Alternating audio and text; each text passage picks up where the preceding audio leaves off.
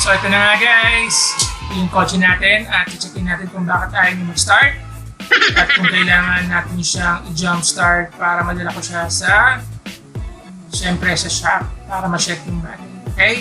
Samahan niyo ako sa loob.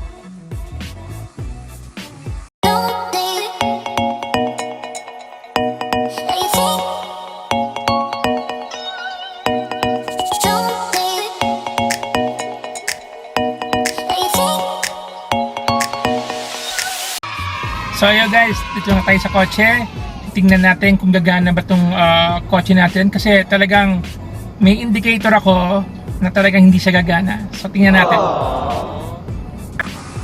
So ayan, start na itong kotse. And then tingnan natin kung anong reaction ng ating kotse kapag ni-start natin. So yan, yung power niya. Of course, di pa siya ini-start talaga pero yung power, ayan makita nyo, dashboard, okay naman siya. Of course, ating multimedia video. Then, take a look at this guys. So, take a look at the blue. 9.8. Ibig sabihin kasi, pag nagpapastart ka ng kotse, dapat nasa 12 point something ka. Or 11 para mag-start. That is 9.8. Ibig sabihin yan lang po yung volt niya. So, this will not start. So, ito na nga guys. So, start na natin yung engine. Tingnan natin talagang mag-start ba siya o hindi. Yun. Nangyayari guys. So, ibig sabihin talagang patay na yung ating baterya. So, isa pa, maganda. Check ulit natin. So, meron naman siyang power pero sa engine, hindi niya kaya. So, isa pa natin i-try sa engine. Yan. Ayaw talaga guys. Pagdalawa na tayo. Tingnan nyo naman yung bot. Mas bumaba pa. A few moments later. So yun na nga guys, ayaw talaga mag-start. So ibig sabihin, kailangan na natin gamitin ng ating dating bilog, which is our taran! High power multifunction jump starter. Ito ang solusyon. So hindi ko na kailangan pa yung kotse ng wifi ko na ipang jump start ko yun. Wala naman din siya. Hindi mo na kailangan makiusap pa dito ng ibang kotse para i-jump start lang yung kotse. Dahil meron tayong ganito, masusolusyon natin yung problema natin, makapag-start natin yung kotse natin. O, talaga bang effective itong jump starter na to? Okay?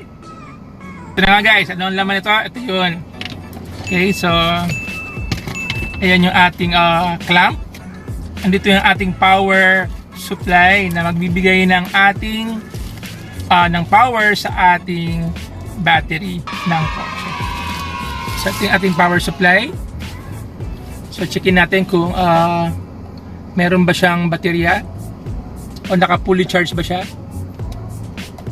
Ayun, fully charge guys. Ayun yung umilaw. Yan yung fully charge siya, no? So gagawin lang natin guys, i-attach lang natin siya sa ating baterya para ma-jump start ang ating kotse. So ikakabit natin yung ating clamp, no? Ito yung clamp natin. Kakabit na natin dun sa ating kotse. So kung mapapansin nyo, meron dito nakalagay. Yan mismo, nakalagay dyan is engine start. So, ibig sabihin dyan, dyan mo ilalagay yung clamp mo. Kulay blue. Of course, pag binuksan mo to, blue rin. Okay, color-coded siya. So, i-attach mo lang to. So, yun. So, pagka-attach mo nito, yan, o, patayin mo muna siya. Mamaya mo siya bubuksan kapag nakalagay na sa baterya. Okay? So, yan. Ikabit na natin siya dun sa ating baterya sa may makina. Okay? So ayan guys, bubuksan na natin ang ating hood at nang mailagay naman natin ang ating jump start, no? Jump start gadget para mapastart na natin itong kotse ito. So buksan muna natin itong hood natin. Yan, so yan yung makina. Kita nyo naman, malinis, diba? Na-maintain ko yan, malinis ang makina.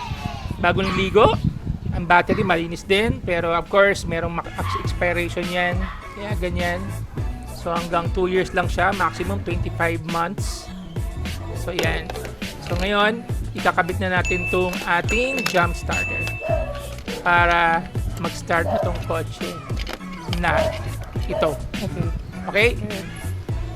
Okay, so ayan guys, tong red, automatic yan, sa positive yan, syempre. So ikaklamp natin yan sa positive ng battery.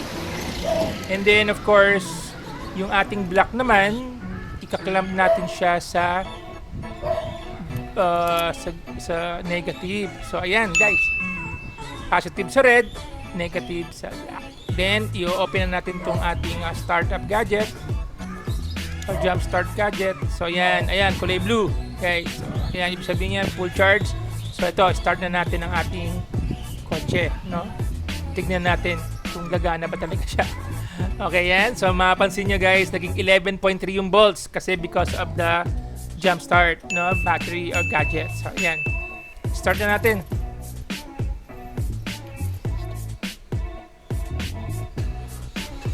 So yun, sumi-start na guys. So ayan, 14.3 na yung volts kasi nag-start na nga yung car. So ayan na, nag-start na si Kobe. So ayan, tanggalin natin yung ating gadget. Kailangan guys, tanggalin nyo kaagad pag nag-start na, para maiwasan yung overloaded na battery. Ayan, magtanggal mo agad, sandali lang. Ayan, ayan no, hindi nyo maandar yung ating makina. So ayan na guys, ganyan lang, no. So yun lang kasimple mag-jump start ng kotse kapag meron kang ganitong gadget, diba?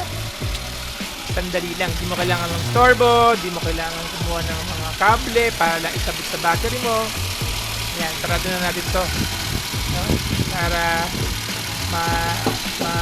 start na natin itong ating car para ma-recharge yung battery, no?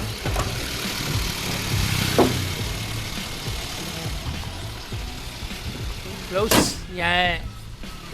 Okay. So, very good. Kumanda din ang ating kotse o napa-jumpstart din natin itong kotse na. Very good talaga. Okay. Yan. Ayan na. Ayan na. Steady na siya. Start na siya. Tsaka wala ng problema. Ayun o, 14.3 na yung volts habang umaandar. Ganyan talaga yan guys. From 12, nagiging 14 siya kapag nakabukas. Pag pinatay mo siya ulit, automatic bababa ulit siya ng 12 something. One eternity later. So yun na nga guys, napastart na natin tong kotse at aalis na ako. Dadalhin ko na tong kotse o papatingnan ko yung baterya kung may problema ba, baka expire na siya at kaya hindi na siya nagsa-charge, para ma-check up kung okay ba siya. At least, ang malaga, napastart ko muna tong kotse at madadala ko siya doon sa dapat kong dalahan, di ba? So mapapaayos natin siya. So wala tayong magiging problema. 2 hours later. So ayun na nga guys. So papunta na tayo ngayon sa paggawaan ng baterya at papacheck natin yung ating baterya kung okay pa ba siya or kailangan na siyang palitan. Okay guys, so again, that's a great advice sa inyo guys. Bumili kayo nun dahil malaking bagay yon kapag nasira ang inyong baterya. Okay? So again, thank you very much sa inyong pagsama sa akin at I really appreciate it guys. Okay? Okay, always remember, live life to the fullest and always be a blessing to others. Okay guys? See you again on our next video. Bye!